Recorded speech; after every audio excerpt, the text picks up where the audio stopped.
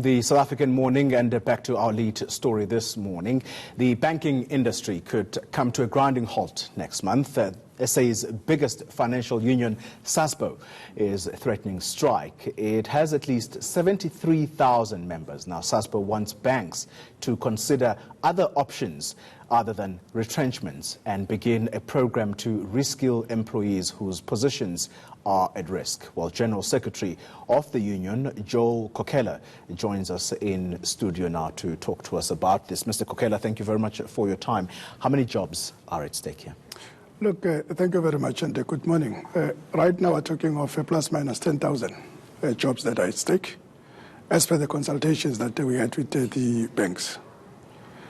So it is really worrying because of at some stage when we have been approached, everything happened under the pretext of Section 189, where it clearly spells to say that if there is any operational requirements that will make an employer to want to reduce staff, then there must be a consensus seeking with the unions or the employee representatives. So where we're sitting right now, we believe that there were never consensus. And to an extent that banks decided that now they will go alone. So that is why now we are trying to say, let us halt, the stance of the banks by making sure that we bring them back to their senses.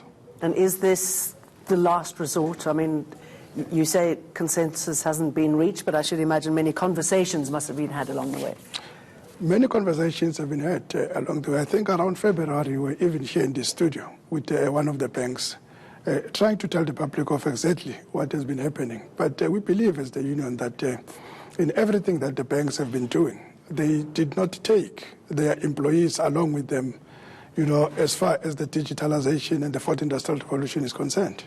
So that is why we are now up in arms, because we believe as Sasbo that the banks knew 4 or 5 years ago that this was coming, but they've never really anticipated to make sure that they put their people ready for fourth industrial revolution. And sorry, this is quite extraordinary, isn't it, considering that, I mean, banks knew that they had to approach this revolution, that they had to get their people geared and ready for it, and you wonder why it's taken them so long, why they haven't brought people on board. Has there been reluctance to move with the banks?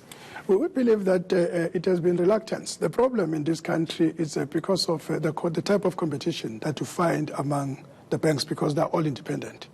So all the banks, they've been keeping their cards very close to their chest, to an extent that they never wanted to have an open discussion with the union about the future world of work. So everybody wanted to come up with a surprise. Unfortunately, the surprise that they're coming up with now, it is really damaging the jobs of our members. So it's all in the competition, and all that we're asking for as Sasbo Finance Union, it's more of cooperation between the banks, so as for us to see how can we create jobs in this country, just to make people employable rather than any other thing. You represent, Mr. Kokela, about 73,000 members in the banking sector. Yes. If you were to go on that 2-day strike, what would it mean for operations on those 2 days? Look, Cody, what we're trying to do is to say that the 2 days that we're looking at in September, we are trying to make sure now we bring the banking sector in this country into a halt, and we are calling for the total shutdown of the banks during those 2 days. First day, we'll embark on demonstrations, we'll embark on marches, we'll embark on picketing, and then on the second day, we are going to call for a stay away, that no one will have to access the banking sector in this country. And obviously, financially, it'll have a devastating impact on the country.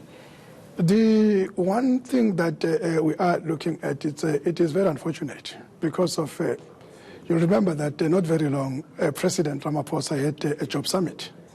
And in the job summit was there to make sure that we culled, the job losses. We make sure that we control retrenchments in this country. But on the job losses, Mr. Kokela, yes. I'm sorry to cut in, but when we speak about reskilling, yes. You're saying 10,000 jobs yes. are at stake. Yes. If you were to reskill those workers, how many of those 10,000 that are at risk would actually be saved?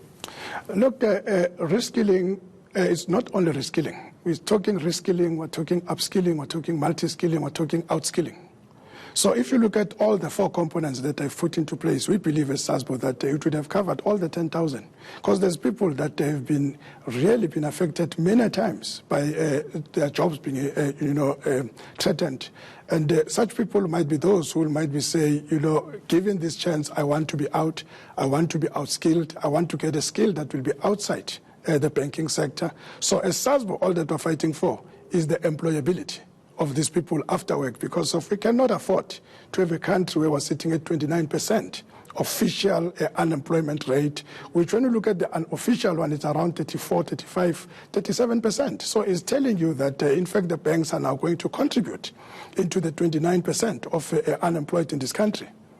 Joel Kokela, thank you very much for joining us in studio. He is the General Secretary of Banking Union Sasbo.